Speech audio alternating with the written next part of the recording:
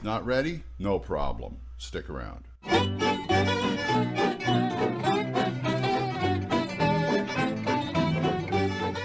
folks, old Man Grognard here, and I'm sort of doing this kind of ad hoc because today I am running a game, which I find ironic because I'm recording this on April 1st. So we'll see what happens, but that's not why I'm talking to you right now. There are times, especially the way I run games, where I don't feel completely prepared. There's a lot of you out there that feel that way. It's like you prep and you prep, and I do as little prep as possible, but still it gets me. You prep and you prep, but you go into the game going, oh my goodness, I don't know if this is completely ready. Well, guess what? Your game is ready when it hits the table.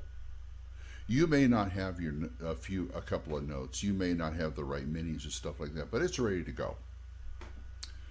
For instance, I was going to write down all of the, well, if I was doing D&D or something like that, all the monsters and stuff on one sheet, or bad guys on one sheet on a forum, and I didn't do it. But I still have the information. But it's not scattered. That's the thing.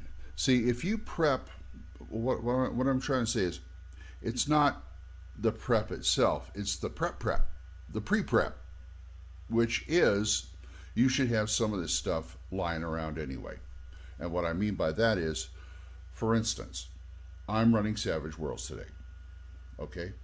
I have my Savage Worlds book of NPCs and monsters that I have made. So I have a stat block for a typical bad guy or monster. And if I don't have a sheet or something like that, I've got a little book full of index cards I can just flip through, which is really nice. So that's my backup. Should have a backup. But if you don't, it's okay. There's certain things you can't do without, like a plot. And some people just run, off the top of their head, off the top of their head, or they just write a few notes down and go. I envy those kind of people because they could just pull stuff out of thin air and just, do it. But if you're not one of those people and you don't get 100% prepped, 90 is good, 95 is better. But if you're somebody who needs to prep as much as you can and then run. Remember, the game is what happens at the table. I've seen game masters that are super prepared for anything, and they're good at ad-libbing if they have to. That's the ideal, because you never know what's going to happen. You never know the players are going to do. So, that being said, I've also seen other GMs that are super prepared who have all their information in this stack of papers, and while they're running the game, they're constantly shuffling papers through to try and keep track of it. There's certain game systems that are kind of prone to that. I hear Rollmaster is. Champions, definitely. If you're trying to run, say, a battle with a bunch of player character superheroes, and you have 4 superheroes against 5 villains, and you're constantly shuffling between the 5 villains because each one is unique, unless you have, like, say, shock troop mooks or Hydra agents or whatever. You're constantly shuffling through papers because they have their own unique. They're basically a character themselves. That's one of the reasons why I don't play Champions much anymore, because as far as the bad guys go, unless you're doing mooks and stuff like that all the time, you have to basically stat out a complete character for every bad guy, for every opponent. And they're happy with that, fine. They make me exhausted watching them, but, fine. They're getting their exercise. Who knows? But like I said, shoot for as much prep as you can. I don't feel prepped today, but I'm not worried about it because I've got the stuff I've already done my backup. If you don't do your, there's a good mantra. If you don't do your prep, do your backup, because you can do that anytime.